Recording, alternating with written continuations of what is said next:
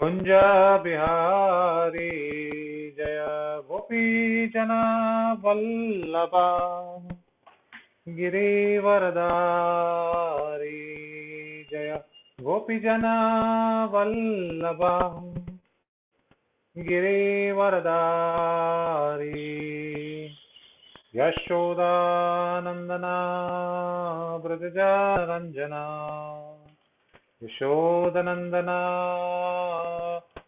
व्रजजनरंजन यशोदनंदना व्रजजनरंजना यमुना तीरावनचारी यमुना तीरावनचारी जय राधा माधव कुंज बिहारी हरे कृष्णा कृष्णा कृष्णा हरे हरे हरे रामा राम राम हरे हरे हरे कृष्णा कृष्णा कृष्णा हरे हरे हरे रामा राम राम हरे हरे हरे कृष्णा कृष्णा कृष्णा हरे हरे हरे राम राम राम हरे हरे हरे कृष्णा कृष्णा कृष्णा हरे हरे हरे राम राम राम हरे हरे जयो राधा माधव जयो राधा माधव जयो राधा माधव जयो राधा मदन मोहन राधे जयो जयो Prabhupada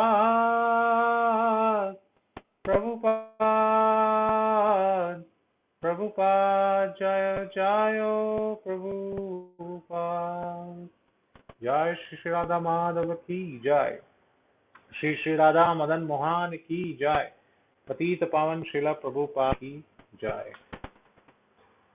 So we will start.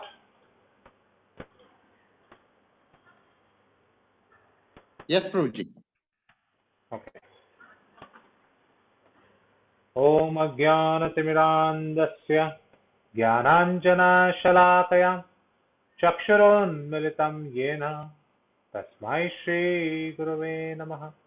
Shri Chaitanya Manobhishtam Stapitam Yena Bhutale Swayam Rupa Kadamahyam Dadati Swapadantikam Vandeham Shri Guru Shri Utapatakamallam Shri Gurun Vaishnavanscha Shri Rupam Sagrajatam Sahagana Raghunathanvitam Tam Sajivam Sadvaitam Savadutam Parijana Sahitam Krishna Chaitanya Devam Shri Radha Krishna Padan Sahagana Lalita Shri Vishakhan Vichamscha He Krishna Karuna Sindho Dinabandho Jagatpate Gopesh गोपिका कांत राधा कांत तमोस्तुते तप्त कांचन गौरांगी राधे वृंदावनेश्वरी वृषभानुसुते देवी स्वामी हरि प्रिये वाञ्छाकल्पतरुभ्यश्च कृपा सिन्धुभ्येव च पतितानां पावनेभ्यो वैष्णवेभ्यो नमो नमः.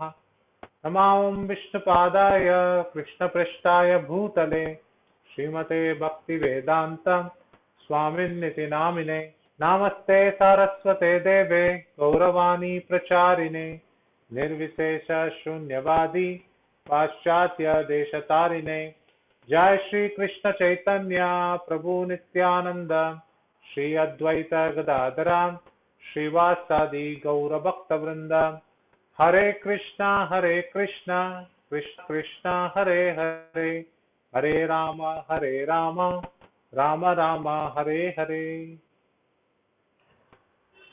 So we welcome all of you once again to this wonderful rendition of prayers of Srimad Bhagavatam.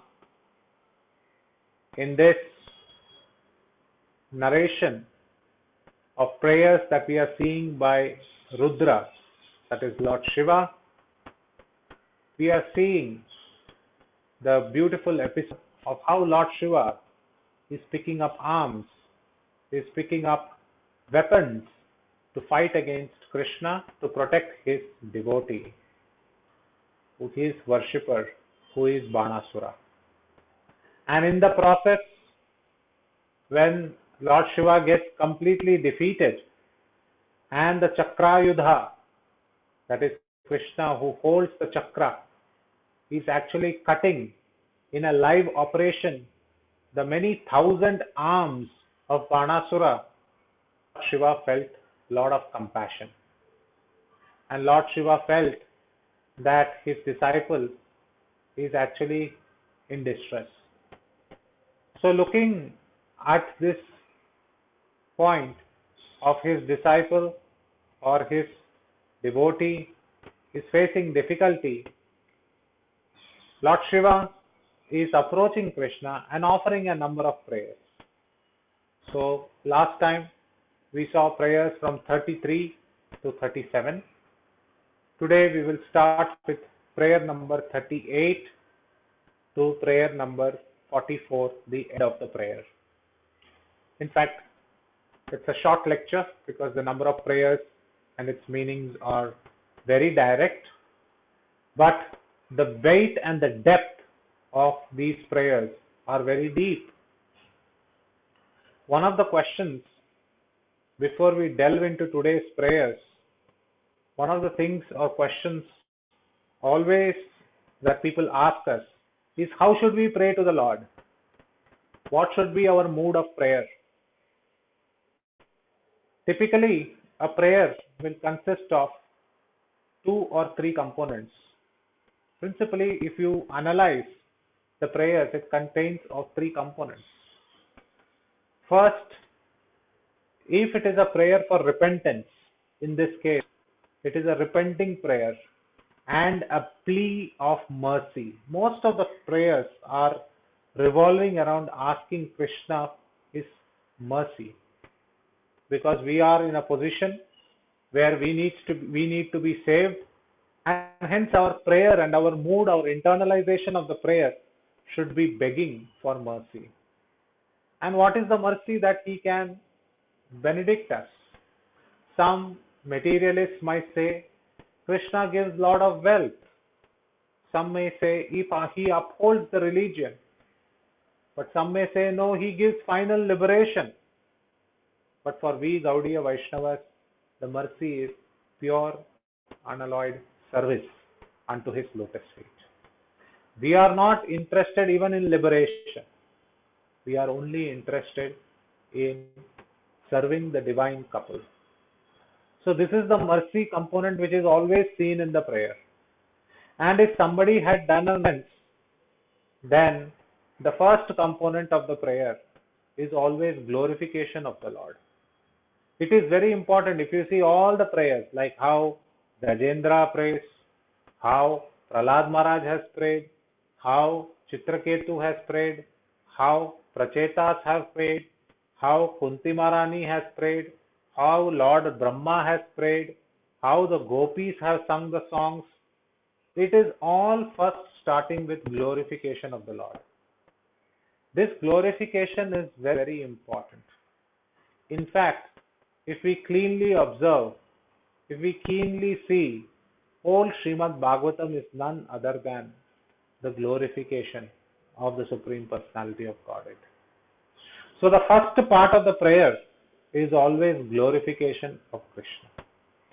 Now some people might say, glorification in itself, it is very dry. Oh, you are the Supreme Person. Actually, if we understand and if we have that humility in the heart and we feel that we need to be saved, then the glorification is not artificial. It is natural. It comes from the heart. When we realize that we are so infinitesimal, we are so small, we have absolutely no power. What to of power? We can't even take care of the pressure of our bowels. We can't even control that. But in our mind, we think we are the greatest controllers. We can control this whole world. We think like that. But a simple bowel pressure also we cannot control. So when we think really and we realize that we are actually not these controllers, we are very much in the sea of this material ocean, of this material world, the samsara sagara, and we are undergoing again and again death, birth, old age, disease. Then we ask for mercy. And then we feel, but Krishna is not undergoing all of this. I am undergoing all these difficulties. So naturally in the heart, glorification of Krishna will come. Why it will come? It will come because we are observing Krishna as an odd person out. Everybody whom we see in this material world is of one type, undergoing distress, undergoing sukha and dukkha, undergoing the modes of material nature, undergoing lot of persistence and problems in this material world, undergoing difficulties, sometimes happy, sometimes pleasurable, sometimes forgetting who he is. All these problems exist in this material world to everybody. But when somebody compares that person to Krishna, he finds that Krishna is unique. And when he is unique, the person is astonished. The devotee is wonderfully wants to glorify that. And that is the glorification which forms the first part of the prayer. So today, like all other prayers, we are going to see that part of the glorification. Then afterwards, if it is a repentance prayer, a prayer which is asking for maaf kar do, repenting it, then comes the submission. Please excuse me. Please, I offer my obeisances. Please forgive me. I did a grave mistake. Asking forgiveness in Krishna consciousness is the greatest repentance. That is why Srila Prabhupada, in our everyday movement, he introduced a 3-second window for this prayer. Vancha, Kalpa, Rubhyascha, Kripa, Sindhu, Bhayevacha, Patitanam Pavanebhyo Vaishnavebhyo Namo Namaha. Now, exactly today, this verse is very important.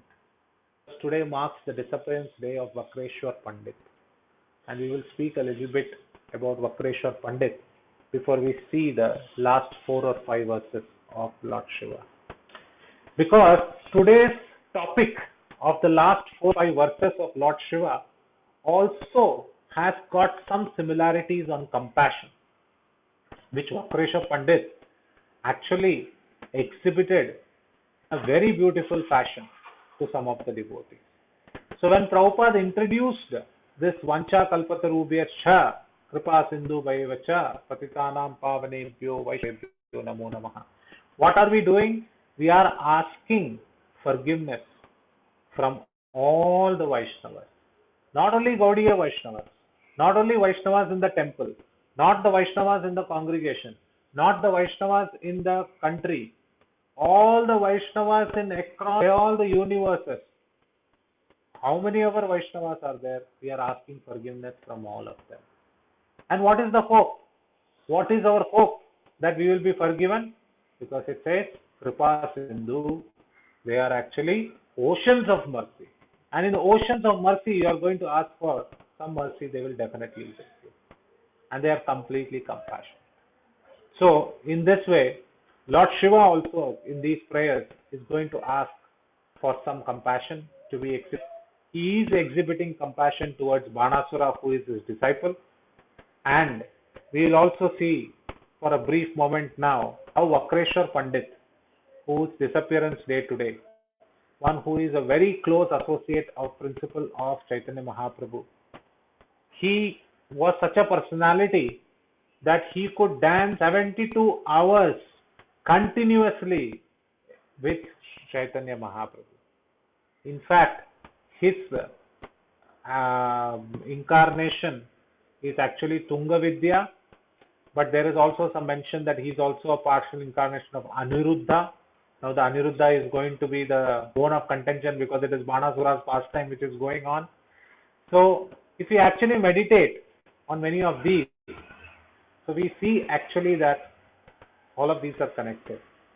So Vakreshwar Pandit, he used to be an extremely good dancer. And when he was an extremely good dancer, he used to dance for many, many hours. It happened so that one day there was a devotee named as Devanand Pandit. Now this Devanand Pandit was an excellent orator of Srimad Bhagavatam. And Srivas Pandit, in whose house in Srivas Angan Chaitanya Mahaprabhu used to do nocturnal kirtan, he was also a very wonderful Ucha Koti Vaishnava. He was a top class Vaishnava who was interested in Srimad Bhagavatam. So whenever Devanand Pandit used to recite Srimad Bhagavatam, Srivas Pandit will come and sit in the class. And looking at the narration of Devanand Pandit, Srivas Pandit will have tears coming out of his eyes. He would start crying, listening to the pastimes of Krishna, listening to the pages of Srimad Bhagavatam. And he would cry loudly in middle of the class. And the disciples would say, "Stop crying, you are disturbing the class." Like this, they used to speak to Srivas. And Srivas would feel ashamed. And then the disciples used to throw him out. He said, "Srivas, you get out. You are disturbing the class. You are not allowing us to hear from Guru Maharaj." And like this, they threw out Srivas Pandit, a very pure devotee of the Lord. And Devanand Pandit was seeing all this, but he did not stop them.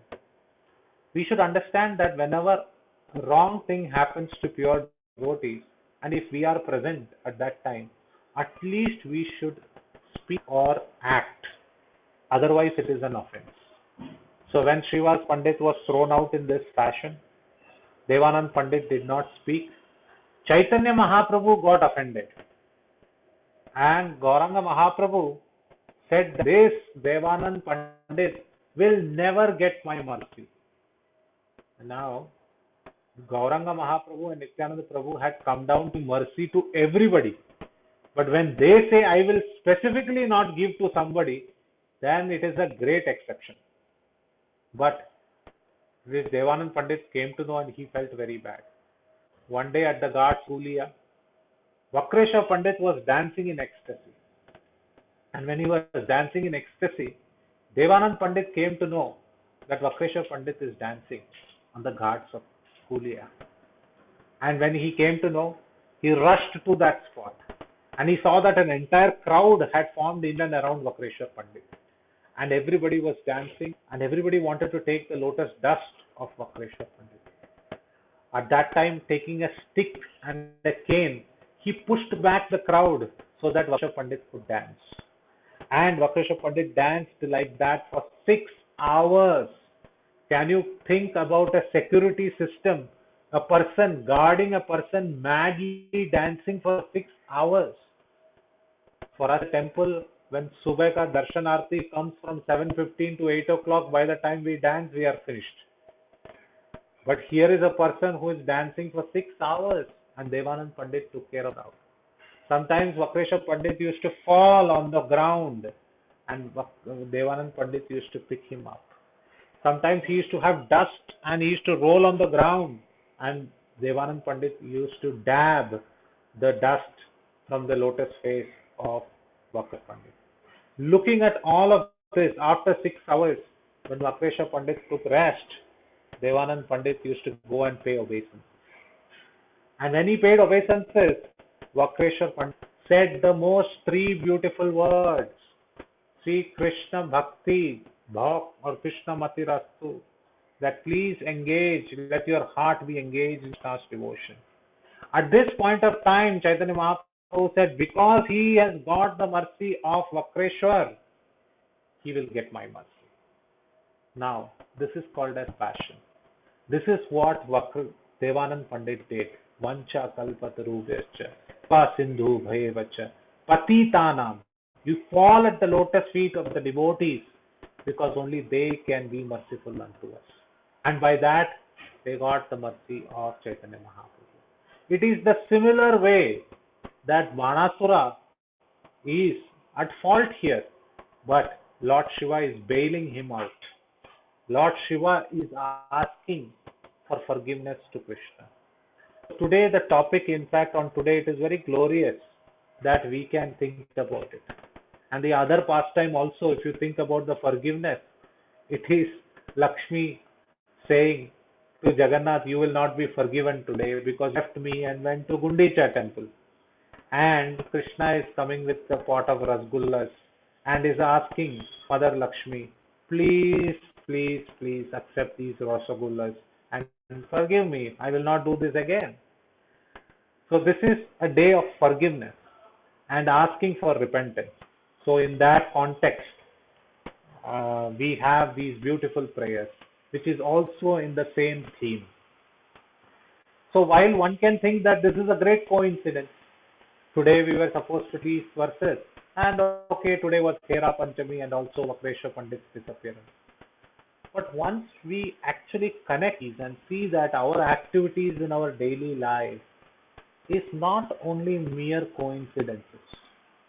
Like once my Guru Maharaj mentioned that once there was a devotee who came to Srila Prabhupada, and that devotee asked Srila Prabhupada, Prabhupada, I find in my dreams, right? I find in my dreams so many things that Krishna is coming, not Krishna, he said, I find so many dreams that many people can know about your future. They can tell you that what your future is. And this all comes in the dreams. Can we take those dreams as real? What kind of questions we ask Prabhupada? Can my dreams be real? And Prabhupada said, all these are seldom and foolishness. None of your dreams are real. And my Guru Maharaj was next to him, standing next to him. And then he asked the question, what about if I dream of you, Srila Prabhupada? And then he looked at my Guru Maharaj and he was like looking at his eyes wide open. That is different. Dreams about Krishna and dreams about the spiritual master, those are very auspicious and they are never wrong. So in fact, dreams about your spiritual master, dreams about Krishna, dreams about pastimes, these are very, very special. So these are not mere coincidences which is happening in the dreams. So like that, today also, it is not a coincidence that we are looking at these verses. If we try to find out, if we try to look at these verses in depth and look at the day today, we can dive deeper. We can go very, very deep into the subject matter of asking repentance from the Lord. Many devotees have anguish in their hearts, and those anguishes, they keep it in their hearts for many, many years. Something they wanted to do, but they could not do. Something they wanted to say to somebody, but somewhere left them. Something they wanted to do for some person, they had planned it, but they couldn't do. Like this, they might have so many anguishes in the heart, so many repentances in the heart, but the best person to go to and express all of this is the Lord. Why? Because He is the only one who understands us completely. And why? Because these anguishes there in the heart, it is Krishna who is sitting in the heart. So Krishna is actually sitting in the heart. Hridayeshu tishtati. So He is seated in the heart. So today, I know we gave a long introduction for the class today, but I just wanted to bring and highlight that many a times we hear in the classes, but we forget the importance of the day and of this. And if we correlate and live like this, then only can remember Krishna 24 hours a day. Oh, today is Hera Panchami. Today is Vakreshwar Pandit's disappearance. And today the verses of Rudra is also asking for repentance. Oh, Vakreshwar Pandit also was asked repentance by Devanand Pandit. And Devanand Pandit also asked repentance of Srivas. All these passages today we can remember. Lakshmi and Krishna, Jagannath is also asking sorry to Lakshmi Devi. So like this, if we connect, we can really live the tune, the mood, the spiritual sky in this modern material living.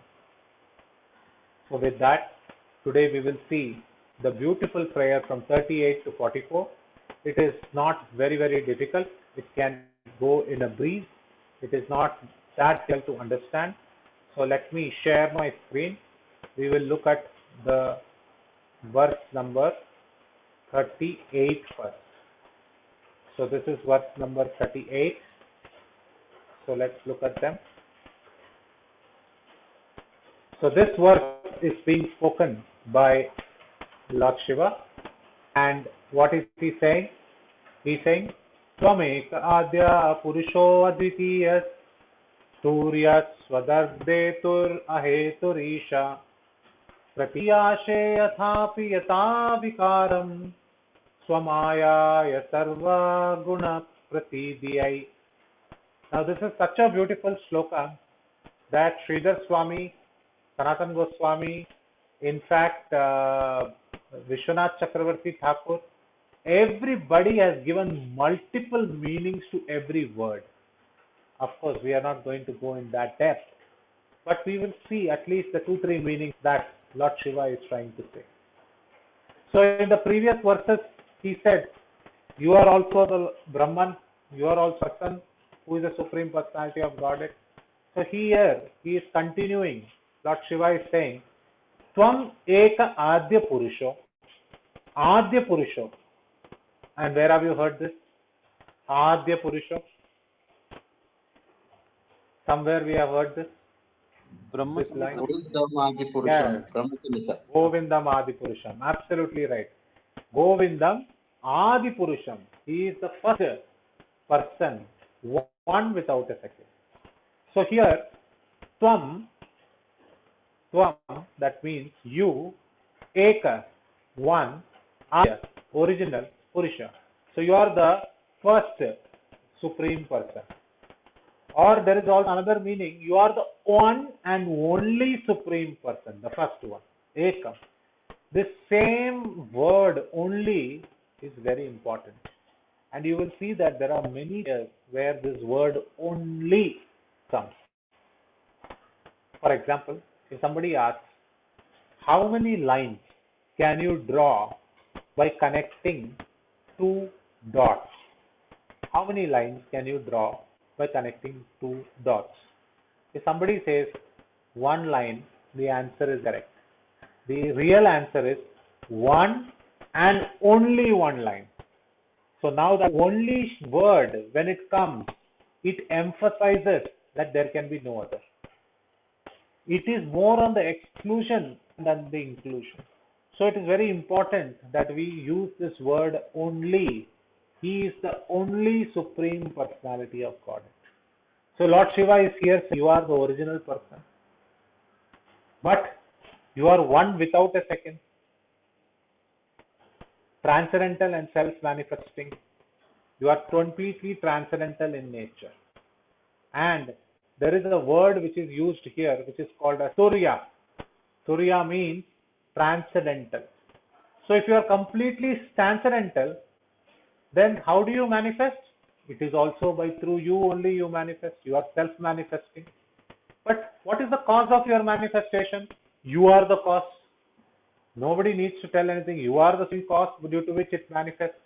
Okay, so Krishna asks a question. Oh, if I am the cause, then who is my cause? Somebody should be my cause also, no? Then he immediately says, Ahetu, you don't have any cause. You are the cause of everybody, but yourself don't have a cause. Okay, so like this, if I am the only one, what is my position? Your position is of Isha. Isha means you are the supreme controller. So, but you are also Isha, Ishvara. Your name is also Ishvara, isn't it, Shiva? He said, I am Ishvara, but you are the supreme control. I am Maheshwara, but you are the supreme. You even control me. So hence, you are Ishvara. Look at the way Krishna is asking questions.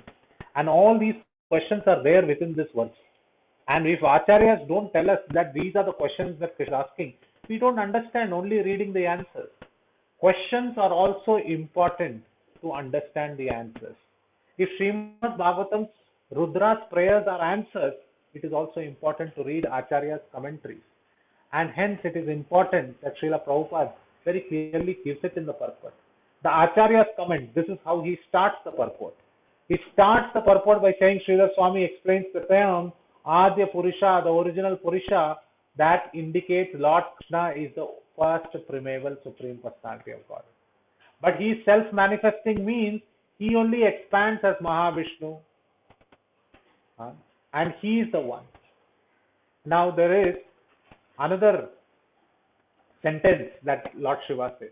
You are nonetheless perceived in terms of transformations of matter affected by your illusory energy. Now this sentence seems to be so technical in nature. What does this mean? Right? He says, though you are the supreme person, but people actually perceive your transformations on this matter which is affected by illusory energy. In other words, he says that your transformations or whatever comes out from you is all understood by you, by your Maya, and the way it acts, it actually helps us understand who you are. And who transforms, who sanctions these material qualities or these manifestations? It is you, Krishna. So in short, Lord Shiva is saying that you are the supreme person, you are the full cause of it, you are self-manifesting, you don't have a cause, all the transformations come from you, and you are the person who first existed in this world. You are called as the Purusha Avatara. You are actually known as the person who is known as Purusha. So Krishna is the true Purusha incarnation. One word which came here was also called as Turya. Turya means, we learnt it as transcendental. Another word, Srila Prabhupada explains that it means force. So here he explains, actually, Lord Krishna is the essence of the Purusha incarnation because he is Turya, as described in the present verse. Jiva Goswami explains the term Turya, that means literally called as the fourth, by quoting Sridhar Swami's commentary. So just look at in this entire purport, Srila Prabhupada has quoted Vishwanath Chakravarti Thakur, Srila Prabhupada has quoted Jiva Goswami, Srila Prabhupada has quoted Sridhar Swami. So that is the depth that all these quotings have. And he says that according to Srila Vishwanath Chakravarti, the word Turya indicates the Lord is the fourth member of quadruple. We all know Chaturvyuha, which is none other than Aniruddha, Pradyumna, Sankarshana, Vasudeva. So he is the fourth, he is the Vasudeva. So here Lord Shiva is indirectly mentioning many things. Another word that we have to look at this is called Swadrig. Swadrig is translated as self-manifesting. But then Krishna asks, if all this, I am like this, who can understand me? And he says, one who understands the self. One who understands the self can only understand you, Krishna. So Swadrig. One word is self-manifesting. The other word meaning is called as one who can perceive himself perfectly, or it is called as self-realization. So all these meanings Lord Shiva says, and then he says, but Krishna, I would like to tell something. He says, what is that? Right? I will like to give an example. He says, Yathaiva Surya Pitashaya Saurya Chayam Charupani Sacham Chakashti Evam Gunena Pihito Gunam Swam Atma Pradeepo Guninascha Bhuman. He says, Krishna, what happens? Sometimes the sun is shining very high in the sky. And when a person is observing the sun, some clouds come in between. And what does the observer feel? The observer feels that the sun is now covered by a lot of clouds. But there is one beauty out here. Is the sun really covered by the clouds? No, it just comes as a veil in between. But he says something even more beautiful. And let us see what Lord Shiva says.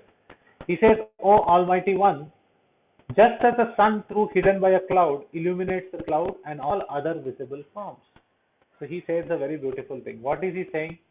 The observer is trying to see the sun. Suppose I am trying to see the sun. And the sun is not visible because it is covered by the cloud. So, still, I am seeing the cloud, isn't it? I am actually seeing the cloud, which appears to me that it has covered the sun. So, this ability of seeing even the cloud, where does that come from? That comes from the sun, because the sun gives us light which falls on our retina, which is in our eye, due to which reflection takes place, due to which we are able to see the clouds. So the same sun which we are saying we are not able to see, by seeing the cloud we are able to see the sun, because you are the cause. So indirectly he is saying, though you are hiding behind, but you are the real cause of everything.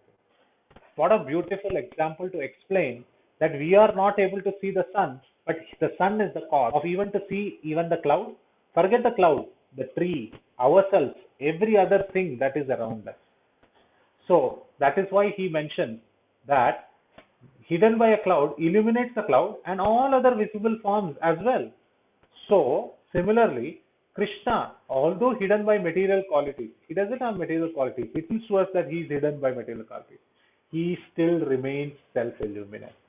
Which means when the cloud comes over the sun doesn't get affected by the cloud. Oh, now the cloud has come, now I have to become dark. No, the sun remains the same. Similarly, Krishna, though it appears to the observer that he has come under material modes of material nature, but he is always remaining as a supreme Purusha. And he also reveals to us. What does he reveal? He reveals to us many beautiful things. What does he reveal? He reveals to us that he is not affected. And how does he reveal that to us? By revealing it through intelligence. So he says, and thus reveals all those qualities. How do you relieve those qualities? Along with living entities who possess them. So he reveals himself to us through the intelligence. He reveals himself to us through the senses. He reveals us through the living entities in and around to us. So here in a very beautiful example, he's talking of how he is not affected by any of the material qualities. Here, material quality stands for the cloud. Sun is representing Krishna. So now, question Krishna asks, so beautiful. You have explained it to me very nicely, Lord Shiva. So now what is the problem? What is the problem for surrendering unto me? So he says, why to speak about other people? Why to speak about other people? Let me give you an example. And he puts himself and Banasura as an example and says this verse. Yanmaya mohita diya putra dhara grihashu unmaya janti nimajjanti prasakta vrijinar nave. Now this verse, we should wear it as a garland and put it around our neck, because this is applicable to all of us. What is that? Even for married or unmarried, somewhere or the other it is applicable to us. What is the intelligence bewildered by Maya? We all have an experience of how Maya Devi very nicely bewilders our intelligence. If nobody realizes how it bewilders our intelligence, one practical example every one of us every day faces is when our alarm clock goes out at 3:45, 4 o'clock in the morning. Every day we get up, every day we chant, we know how beautiful it is, but the next day at 4 a.m. in the morning is a test between Maya and us. Whether we should get up? No, no, let us wait for 15 more minutes. I think 4:15 or 4:30 we will manage. Every day this battle is taking place. And the day we slip, that day chanting is gone. So this intelligence bewilderment happens every second. Maya is trying every second. But this is more bewildering for those persons where Lord Shiva is giving a characteristic, who are fully attached to children, wife, home, and so on. Now, let us not put devotees in this picture. This is not a description of devotees. This is a description of those who are non-devotees. How can we say this is Srimad Bhagavatam? Lord Shiva is saying, he is mentioning about Banasur, and he's also mentioning himself in a humble way about him. He's saying, I am fully attached, I am a family man. I had Kartikeya fight in this battle. I had Parvati come in this battle. I had to fight myself. I am a householder myself. So I am in all these. So he says that those who are fully attached to children, wife, home, so on, and these persons are immersed, nimajjanti. Nimajjanti means they become submerged. Not only immersed, they are submerged under the water of this material world. And sometimes they rise to the surface and sometimes they sink down. So they are actually going through this up and down. So one point of time, I remember His Holiness Jayapataka Swami Maharaj gave us this beautiful example of Hubu-Dubu. I don't know how many of you have heard this, but he narrates it very beautifully. This Hubu-Dubu means that the devotee is being caught in the shikha and he is immersed into the water or this material world. And when somebody does not have oxygen and he is underwater and he is being immersed by material energy, Maya, and he is completely immersed, how will he breathe? So this is the sound that he will make. And that sound is looking for happiness, looking for that breath of air. And after sometimes he will come up, he will surface and take a long breath. That is the little flickering happiness he gets, because the next second he is going back again. So Jayapataka Maharaj says this is the Hubu-Dubu logic. Many people in this material world, being attached to material objects, follow this Hubu-Dubu principle. They get submerged into the waters and they are completely immersed. So Krishna says, what should you do about them? They have to catch on to your lotus feet. If they catch on to your lotus feet, because Prashaktava, Virni Varjave, because fully entangled in this misery, they cannot save themselves.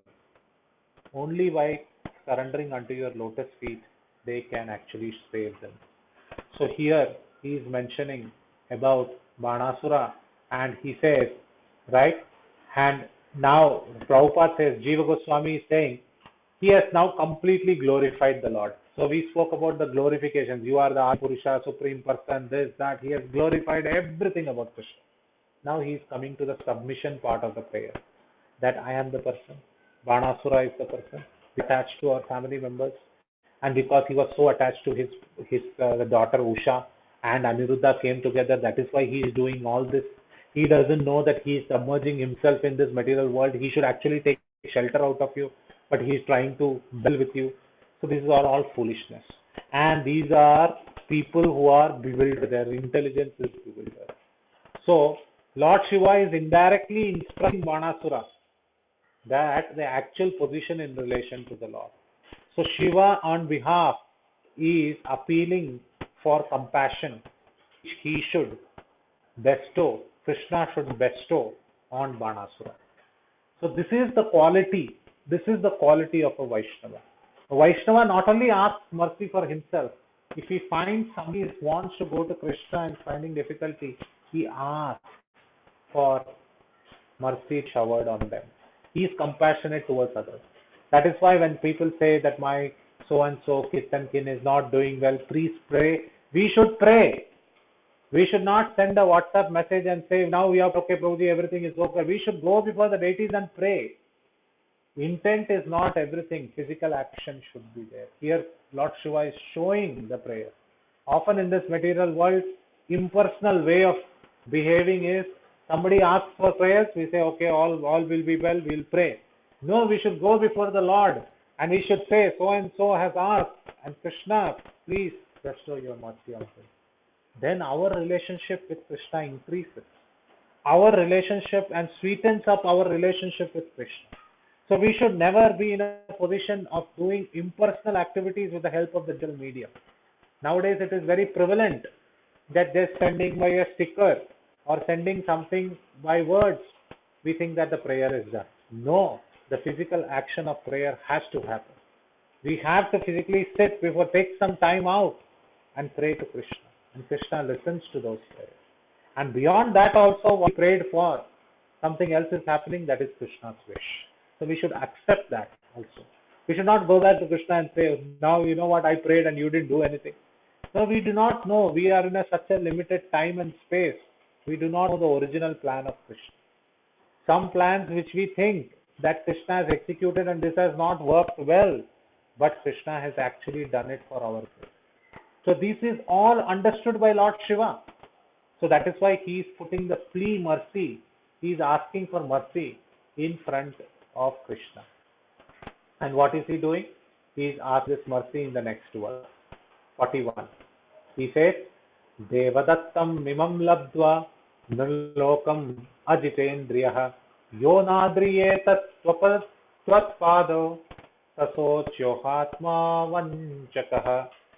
He says, one who has attained the human form of life as a gift from God, yet who fails to control his senses and honor your feet, is surely to be pitied, for he is only cheating himself. This one has only one line as purport, but I think we should read this line again and again and again and again. The purport says Shiva is condemning those who refuse to engage devotional service of the Supreme Lord. When we read this purport, Lord Shiva here condemns those who refuse. Those who refuse. Somebody else, that person whom I saw in the station, he is very to be condemned because he is not doing devotional service. No, this verse is for us. Let us not be very complacent that we are doing so much good service. No, this is for us. This is a warning sign for us, a notification on our bhakti that if we refuse to engage in the devotional service of the Lord, then, or we fail to control our anarthas or our senses, or we fail to fall and honor the supreme feet of the Lord, then we might be showing nice dramebazi in the clothes of a Vaishnava, but we will not attain our desired goal, is Krishna Prem. So Lord Shiva is saying that person should be pitied. He has a pot of entire nectar and he can open it and drink it, but he is looking at water somewhere. What is the value of water when compared to nectar? But he is looking at something very inferior. Such a person can be only pitied. But the inherent meaning here he mentions is, he directly says one should worship Krishna. So here he is chastising Banasura that please, you have got a gift. You are in such a nice position. You are a king. And Aniruddha, the grandson of Krishna, is coming to marry your daughter and you are getting related to Krishna's family. This is great. And still you have such a golden opportunity and you are not taking that opportunity and you want to fight with Krishna. This is to be completely pitied. And this you are only cheating yourself, Banasura. Like that indirectly he is telling Banasura. And he is saying about himself also. Look at the humility of Lord Shiva. He is saying that a person who does not understand that you are Krishna, even I fought with you, Krishna. Don't think that I am in a superior position. Even I am an offender. I fought with you. and hence I should be also pitied up. Please excuse me. This is what Lord Shiva is praying. And then he says, Yat Visrajite Martya Atmanam Priyamishwaram Viparyandriyatartam Visham Ati Mritam Tyajan. This is the exact verse he is saying. That mortal who rejects you, that person who never comes to you or rejects you, his true self, dearmost friend and Lord. What are your three qualities? You are the true self. You are the most dearmost friend. Nobody can be a better friend than Krishna. And you are the Lord. And what does he reject you for? Some material sense objects. And whose nature is completely opposite to you, is nothing but refusing the pot of nectar and taking truckloads of poison. And here, indirectly, he is saying, I am the person who has taken poison before. I am the Neelakanta. I am the one who has drunk poison. And today also, I fought with you. I should have understood that you are my dearmost friend. You are my Lord. You are my worshipable master. I left all of that and I am actually fighting with you. So forget about Banasura. I am also an offender, and hence please accept my humble obeisances. Please accept my submission. Please accept my forgiveness.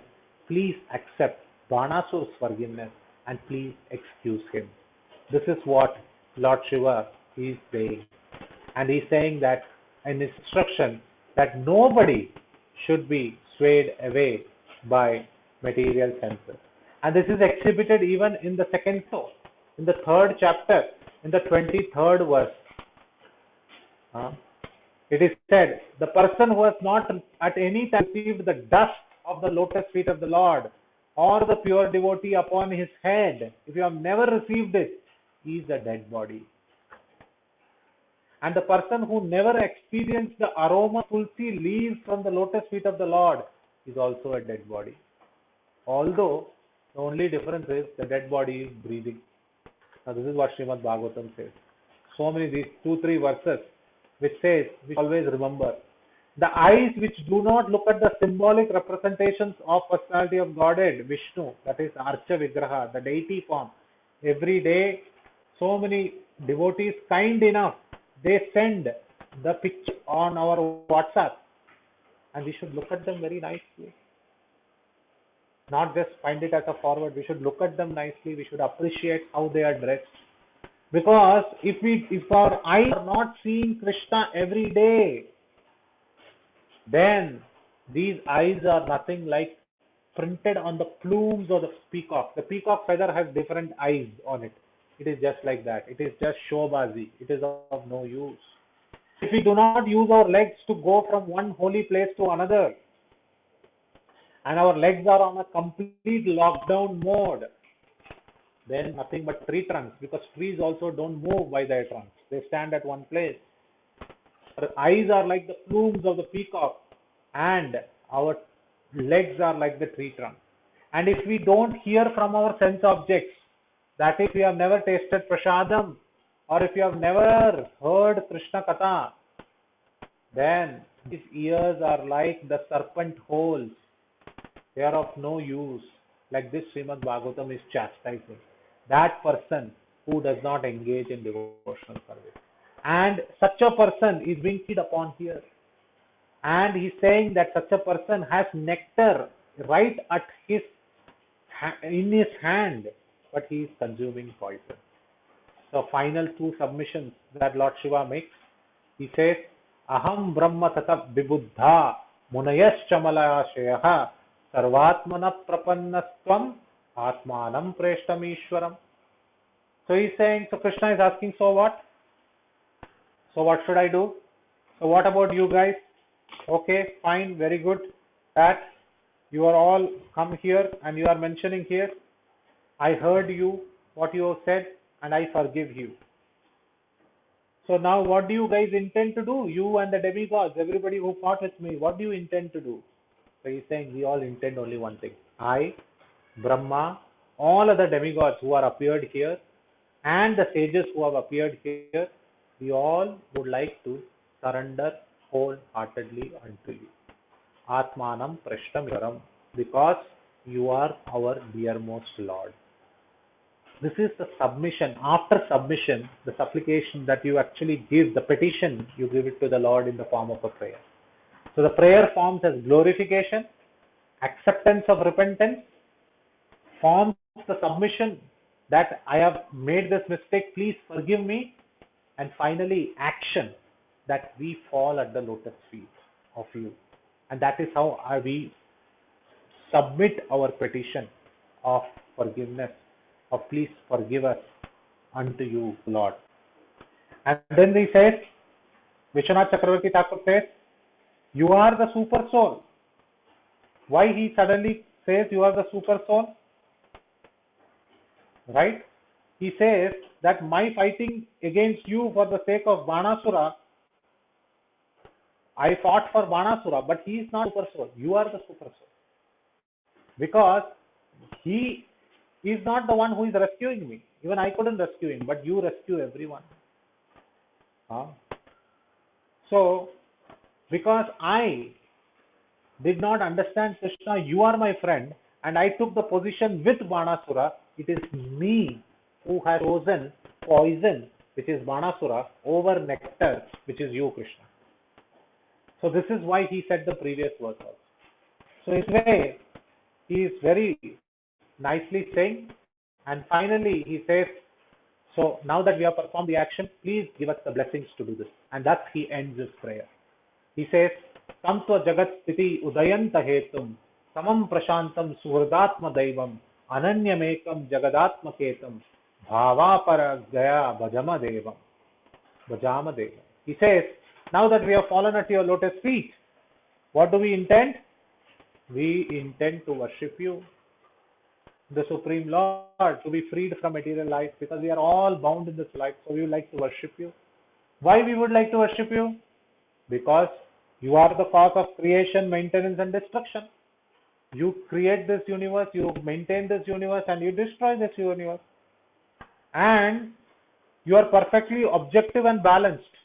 I cannot go to any other living entity. Krishna is asking, why you are coming to me? Because you are balanced completely. Samam Prashantam Suhridatma Daivam.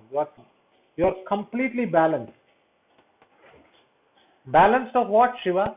What are you talking about? Shiva is saying you are balanced of reality. Other living entities do not know what is real, what is illusory, but you know what is real and what is illusory.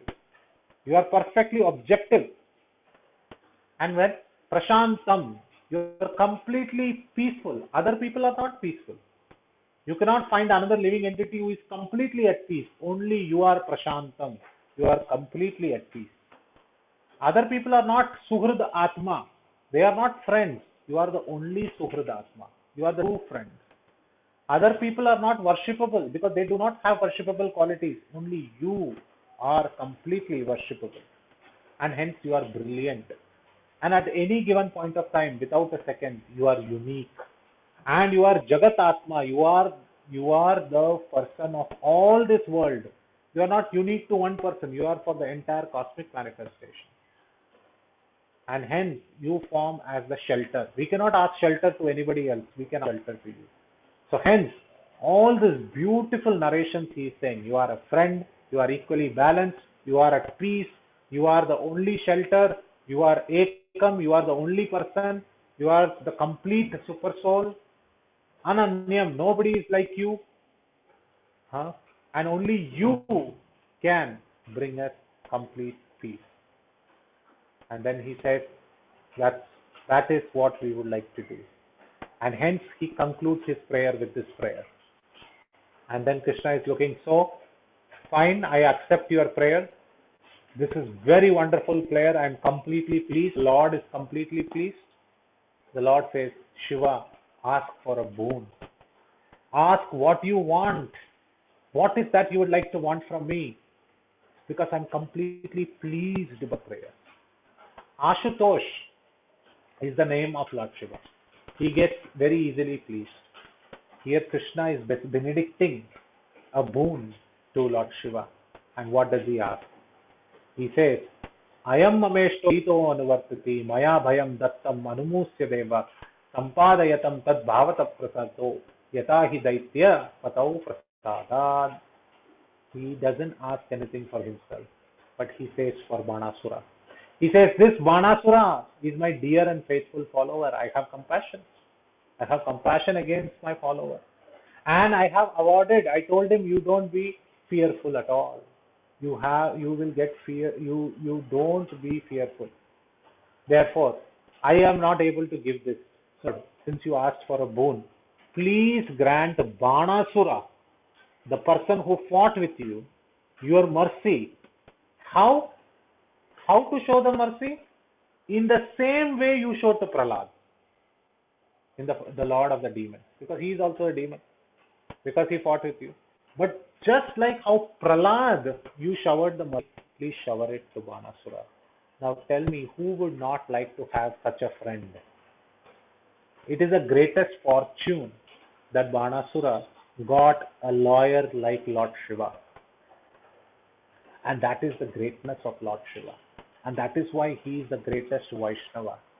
He asks praise for other devotees and gives them the highest benefit when they are serial offenders. And hence Lord Shiva is very great. But greater is the Supreme Personality of Godhead, who accepts this very wholeheartedly. And what does Krishna say? Krishna says very beautifully that what you requested will definitely be followed, because I gave the word to Vairochani. Who is Vairochani? The son of Virochan, Prahlad, that I will not kill any one of your descendants. So I will keep up the word. I will leave this Banasura, but I had to cut his arms. He had this false pride in himself. So I had to cut his arms, but now he has only 4 arms left. With those 4 arms, he will do your Shiva Arati every day in Kailasha, and in his place, he will worship you, and he will become one of your principal attendants, and he will never have to fear on anything. And then he gave a beautiful benediction to Banasura. Krishna gave Banasura that he does not have to fear any old age or death also, because he will be completely immune of it. Now this is one of the 2 fears which affect us in this material world: old age and disease.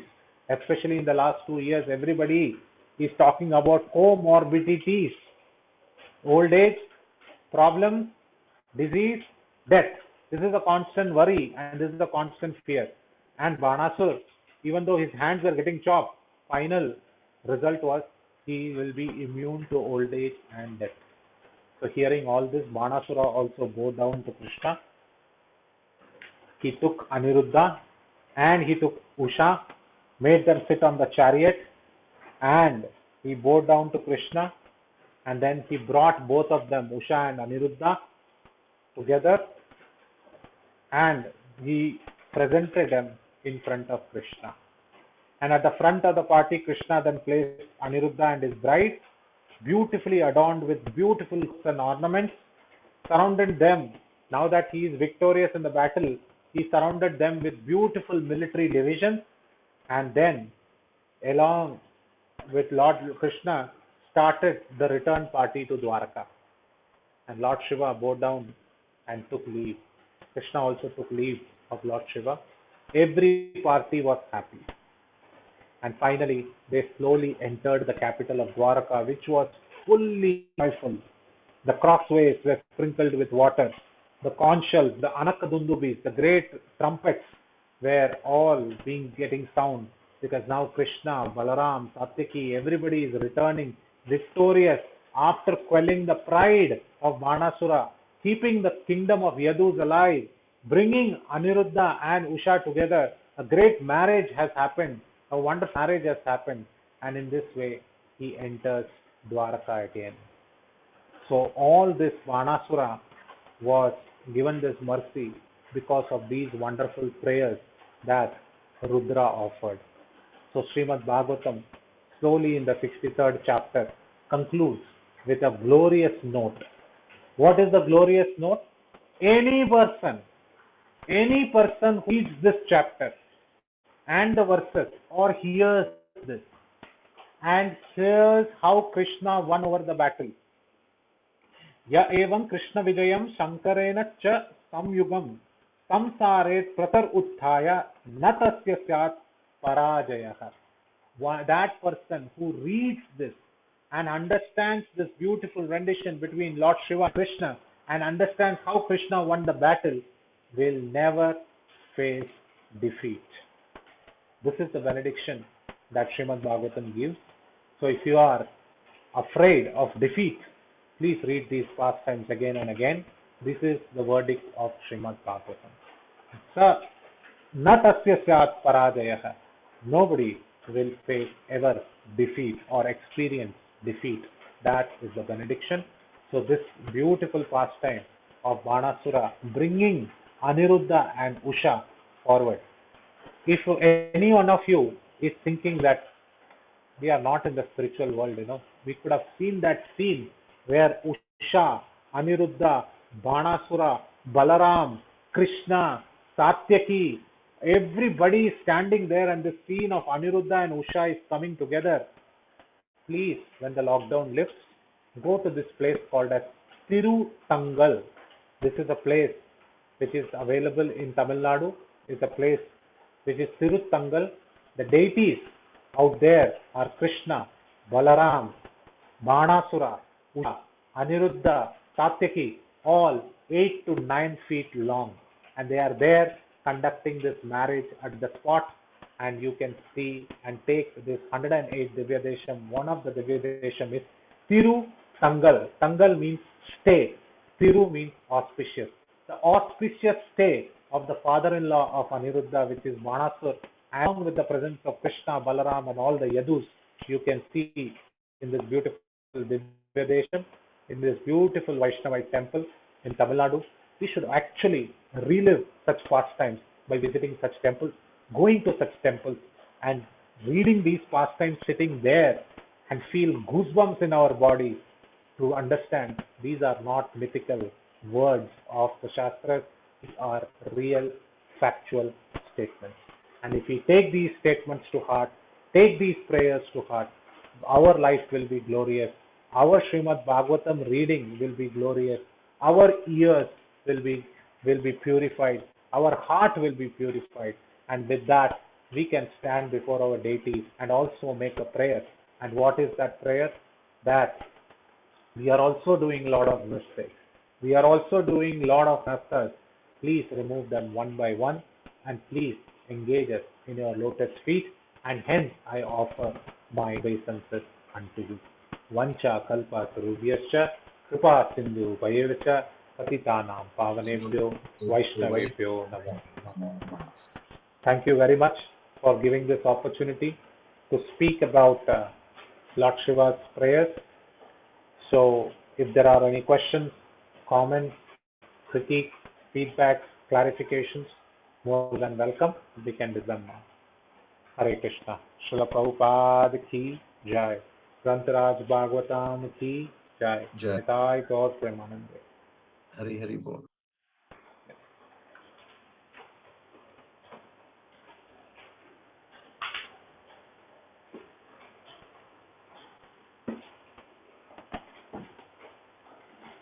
Any questions, comments, clarifications, realizations, incidents, sharings? Please feel free.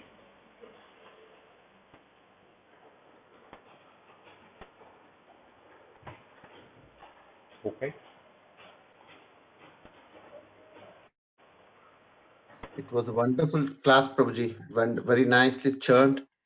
So after this pandemic is over, we all can go to Tirungal.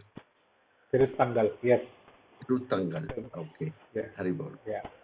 Which is the nearest railway station there, Prabhuji? I visited. I think it is near. I'll have to find out. I visited around 6 years back. I know the Okay. temple, but I forgot whether it's Coimbatore, not Coimbatore, sorry, Kumram or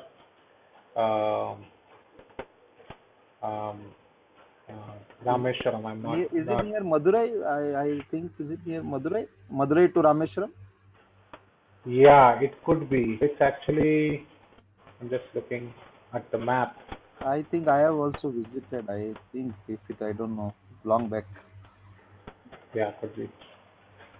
It's near Rajapalayam, Madurai, correct. Yeah, It's correct. near I've Madurai. been there. Yeah, from Madurai, It's act- Rajapati. On the way. yeah, it is actually very near to Shivakasi, the place where all the Diwali patakas Crackers are are being made. manufactured. Yeah. Yeah, it's called as Tirutangal. I can show the temple. Prabhuji, tomorrow's class, what is that?